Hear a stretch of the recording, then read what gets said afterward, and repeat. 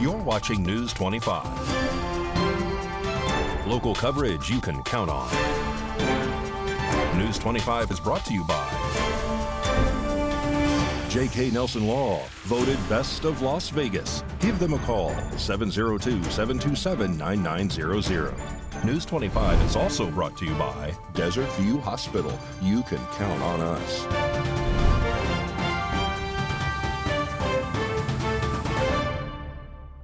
Good evening. Today's Wednesday, October 4th, 2023. This is News 25. Hi, I'm Missy Kohler. Today, October 4th, the Nye County Sheriff's Office announced that a man named Edgar Alvarez is currently wanted for child abuse, neglect, and false imprisonment. The Sheriff's Office has urged anyone that has information regarding Alvarez's location to contact the Nye County Sheriff's Office at 775-751-7000 or Crime Stoppers at 702-385-5555. Co-owner of local business At Your Fingertips has recently been arrested on separate occasions for alleged fraudulent activity. RJ Camacho reports. On September 28th, Nye County Sheriff's Office deputies were dispatched in reference to a report of alleged fraud. Upon arrival, officers made contact with the reporting party who stated that she noticed her credit card was missing. After noticing, she then promptly contacted her bank, which provided statements showing the multiple fraudulent transactions. $189.66 at Smart & Final grocery store, $164.50 at Home Depot, $281.28 at Smith's, $78.71 at Dollar Tree, and $164.50 at Walmart. The total of the fraudulent purchases was $878.65. The next day, on September 29th, officers visited the Dollar Tree in order to observe video surveillance. According to the declaration of arrest, officers observed Ladine Fletcher use the credit card for a fraudulent transaction. After officers identified Ladine, they then visited At Your Fingertips Salon to interview Ladine, due to her being the co-owner of the business. After reading Ladine her Miranda rights, Ladine allegedly admitted to using the credit card without consent at the aforementioned stores. She was then arrested by officers and charged with obtaining or possessing a credit or debit card without cardholder's consent and use of credit or debit card without consent. On September 30th, Ladine Fletcher was arrested again for the same charges. On September 30th, Nye County Sheriff's Office deputies were dispatched in regards to a report of fraud yet again. Upon arrival, officers made contact with the reporting party who stated that she discovered that 2 of her credit cards were missing after she went to At Your Fingertips nail salon. There were 2 fraudulent transactions that totaled at $555.19. Officers then proceeded to Walmart to review security footage, where they allegedly saw Ladine checking out with the card of the reporting party. After reviewing the footage, officers then went to the Nye County Detention Center, where Ladine was booked and spoke with her. After reading Ladine her Miranda rights again, Ladine allegedly stated that she did not steal any more cards. However, according to the declaration of arrest, after informing Fletcher that they had video evidence of her committing another fraudulent purchase, she then admitted to stealing other cards at the salon. Officers have noticed in the arrest report that Fletcher was allegedly arrested 2 weeks prior for the same charges. The Nevada Department of Transportation is reminding commuters of the upcoming overnight closure of I-15. A nightly closure along southbound I-15 from Flamingo to Tropicana is set to go into effect on Wednesday, October 4th, starting at 9 p.m. through 5 a.m. the following day. The same closure will again set to be in place on Thursday, October 5th. Motorists will need to detour onto West Flamingo, south on Decatur, and east onto I-15. The closure is part of Phase 2 of the I-15 Tropicana project and is needed to install girders on the Tropicana Avenue Bridge that crosses over the interstate, NDOT officials say. Another scheduled lane closure is set to take place along Frank Sinatra Drive starting Saturday, October 7th through Friday, October 20th as part of the project. During that time, Frank Sinatra Drive will experience continuous lane reductions to 1 lane in each direction 24/7. This will allow crews to demolish and construct a new pedestrian pathway. Those traveling in work zones should proceed with caution and take alternate detour routes if possible. Motorists are also encouraged to download the free I-15 Trop app and visit i15trop.com for the latest construction updates. While some residents of Lahaina have protested against tourists coming back, the EPA is planning to hand over the task of cleaning up damaged areas to the U.S. Army Corps of Engineers. Here are the details. Residents from Lahaina, which was severely damaged during the wildfires that plagued Maui on August 8th, have asked Hawaii Governor Josh Green to delay plans to reopen a portion of West Maui to tourism. The plan to reopen part of Maui is scheduled to happen this weekend, and the community has stated that they are not ready to welcome back visitors. A resident of Lahaina named Paele Kiakona stated at a news conference that, "We are not mentally nor emotionally ready to welcome and serve our visitors. Not yet. Our grief is still fresh and our losses too profound." However, while many of Lahaina's residents have stated that they are not yet ready to accept visitors, others believe that they need the tourists so that they can work in hotels and restaurants in order to earn a living. The representative of Lahaina on the Maui County Council, Tamara Paulton, spoke about how Lahaina residents are still coping with uncertain housing and that many people are unable to even sleep through the night. Several dozen, dressed in red t-shirts, went to Governor Green's executive chambers in order to deliver the signatures in person. Although since Green was not in his office, the Director of Constituent Services, Bonali Paulu, accepted the box on his behalf. 14,000 people signed the petition about midday on October 3rd. Green, who stated that he was utterly sympathetic to people suffering, has stated that while he understands their pain, he still has to support 8,000 who have lost their jobs due to the fire, and people getting back to work was a part of the recovery process. Governor Green went on to state, "It's my job as governor to support them,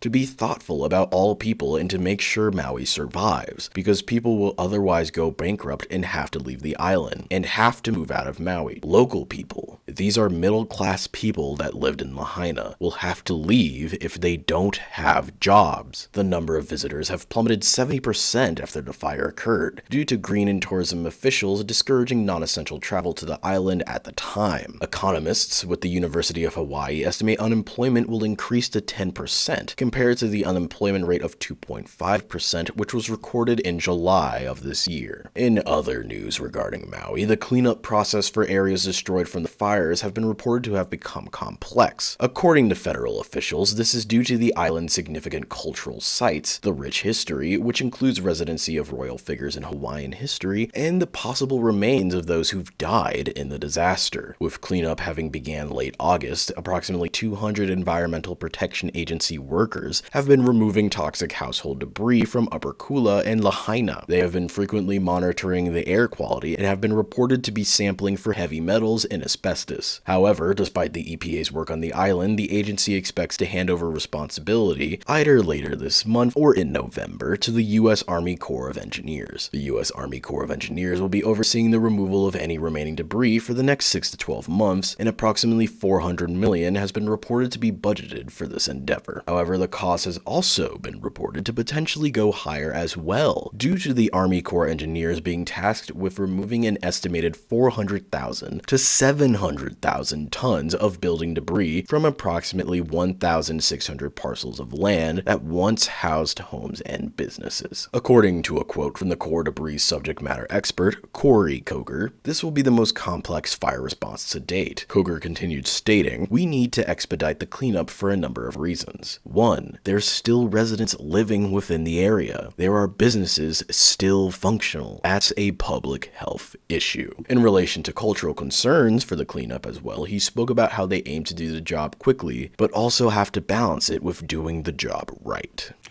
There has been a vehicle recall issued. We'll tell you more about that after the break. Stay with us.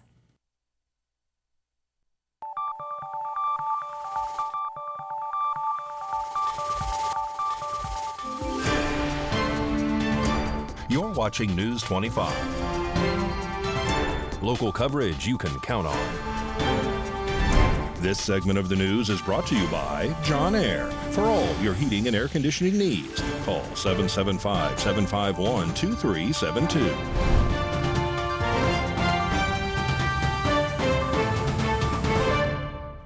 Welcome back. Hyundai and Kia have recalled nearly 3.4 million vehicles due to a potential fire risk.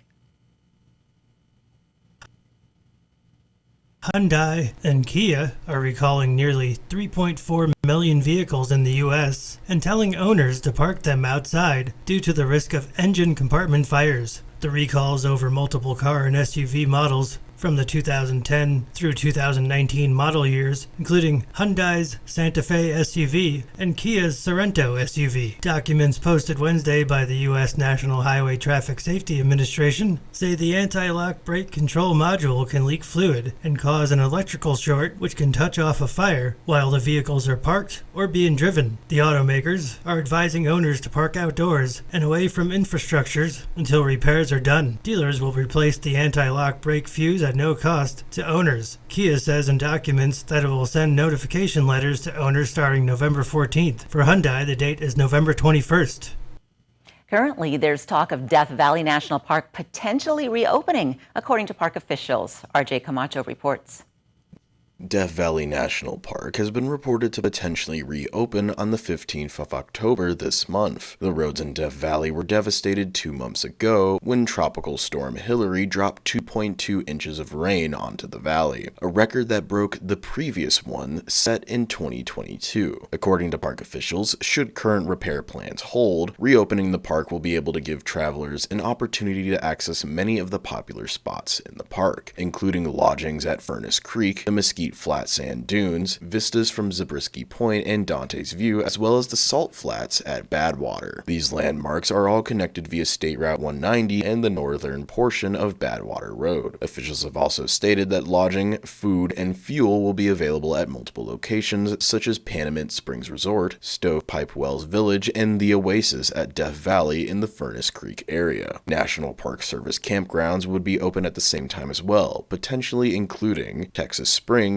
Furnace Creek, and Sunset, according to park officials. It has also been reported that the Stovepipe Wells campground is sadly not expected to reopen due to it suffering from a waterline issue. Unpaved backcountry routes, such as Titus Canyon Road, have been destroyed altogether, as well as the trail to Darwin Falls. Scotty's Castle, which was closed and under repair since a 2015 flooding, has been expected to reopen on December 2025. Rangers with the park have also stated that Harmony Borax Trail, Mustard Canyon, and Father Crowley Vista Point along State Route 190 and Artist Drive alongside Badwater Road are expected to be open. However, they have stated that Harmony Borax Trail will be walkable but will not be able to be ADA accessible. Park rangers have stated that Rainbow Canyon, Emigrant Canyon Road, Cottonwood Canyon, Marble Canyon, North Highway, Salt Creek Trail, Beatty Pass, and Saline Valley are still closed. However, Park Valley officials have stated that the potential reopening is all contingent on facts such as future weather events and the availability of materials needed to fix the roads.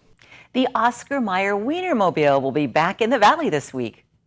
The Oscar Mayer Wienermobile is coming back to town at 3 Valley Smith stores this week. The first stop will be on Thursday, October 5th from 10 a.m. to 2 p.m. at the Smith's Grocery Store located at 4600 Sunset Road in Henderson. A second event will be held the following day on Friday, October 6th from 10 a.m. to 2 p.m. at the Smith's Grocery Store located at 8180 South Las Vegas Boulevard. And the final stop will be on Saturday, October 7th from 10 a.m. to 2 p.m. at the Smith's Grocery Store located at 4001 South Decatur Boulevard. And here's Mikey with a look at sports.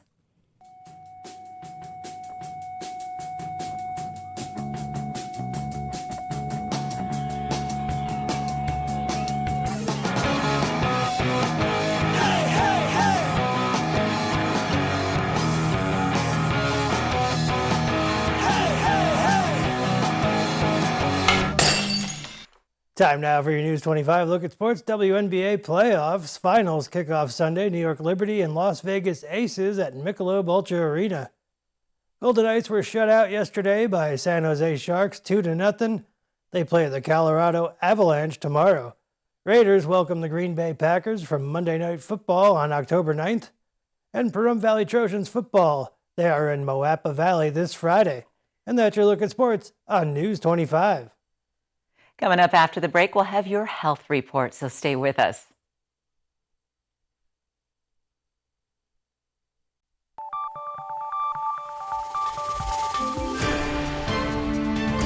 You're watching News 25. Local coverage you can count on. News 25 is brought to you by Mountain West Lawyer, Injury Attorneys, 727-9500. Welcome back to News 25. October is Breast Cancer Awareness Month. Breast cancer is the second most common cancer for women in the U.S., making early detection very important. And that might be easier to do with artificial intelligence. It's now being used to help doctors read mammograms. It's not anything that the patient would be able to see. It's something that we see on the detection side. So it's basically just an algorithm or annotations that are embedded into the patient images. And so it's an overlay on top of the imaging that we see when we're reviewing all of the imaging for the patient. Dr. Laura Dean with Cleveland Clinic says artificial intelligence, or sometimes called AI, can help spot more subtle findings on breast imaging. Research shows it can also help radiologists be more efficient and accurate. She says another benefit is that artificial intelligence is constantly learning from known or proven cancers, and that information can then be applied when analyzing images. Dr. Dean uses AI in her own practice and says there have been multiple occasions where it has detected something she could not see. I think everyone, and me included, we tend to be a little bit skeptical initially when we have something, a task that a computer is performing. It takes a little bit of time to learn trust and to kind of learn how to apply that to practice. But I think it's really exciting to see how this has helped aid our detection of breast cancer. We, of course, want to find breast cancers as early as we possibly can. In addition to self-checks at home, women are encouraged to start getting annual mammograms for breast cancer when they turn 40. Those who are at an increased risk may need to have screening sooner. However, it's best to talk with your physician. News 25 WeatherCam is brought to you by Lerner and Rowe Injury Attorney's Office in Pahrump. In a wreck, need a check? Call 702-877-1500. Taking a look outside at our Lerner and Rowe WeatherCam, I have to admit, I've been enjoying these cooler mornings and it's warming up nicely for the afternoon. What's in store for the rest of the week? John's coming up next to tell us. Stay with us.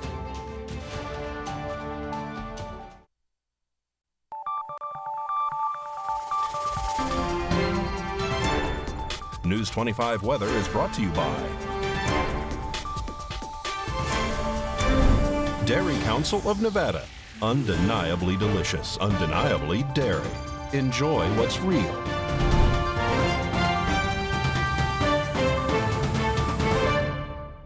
Hi, good evening, Nevada. It's John Kohler from the KPVM Channel 25 Weather Studios, all up and down the Ace Country Radio Network and to your mobile device, courtesy of the local BTV app, the app that just makes me want to bust a move. 72 degrees up there in Fernley and Carson City, kind of weather twins, separated by the creamy center of Fallon at 71. Tonopah hit 65. That's the Cool Spot Award winner. Goldfield was inspired to get all the way to 66 just despite them. 80 out there in Beatty makes them Grady, and 86 in Amargosa makes you the hot spot. Congratulations. Las Vegas feeling good at 83. Out in Death Valley, 96 degrees. The road's closed here in the paradise of Pahrump. Let's take a look. Current temperature 84 degrees. Not too bad. 85 just a little bit earlier, and that was not too bad. Winds out of the south-southwest today, just to 5 miles per hour. Hardly a factor. Humidity at 19%. You'd think we'd have some clouds in the skies, but no. Clear skies today as the sun rose this morning at 6:41. Sets this evening. Look for it to go away at 6:23. And as we head to our low tonight at 55, we're going to be in clear skies and beautiful star watching. And that humidity keeps kicking up, 34%. Maybe there's a cloud in the sky? No, not for the next week. Look at this, sunshine throughout. Temperatures getting up into the low 90s over here in the weekend. Going to be a gorgeous weekend, kind of extended to Monday. Yeah, why not? 91 degrees. Winds kicking up on Tuesday, Wednesday to 11 miles per hour. And that'll bring the temperatures down 5-6 degrees. We end up the week at about 85 degrees. And that's not too bad. Beautiful fall weather. I love this time of year. All right, back to the desk. Here's Missy Kohler. I like it. Thanks, John. That's going to wrap us up tonight. For News 25, I'm Missy Kohler. Thank you so much for watching and have a great night.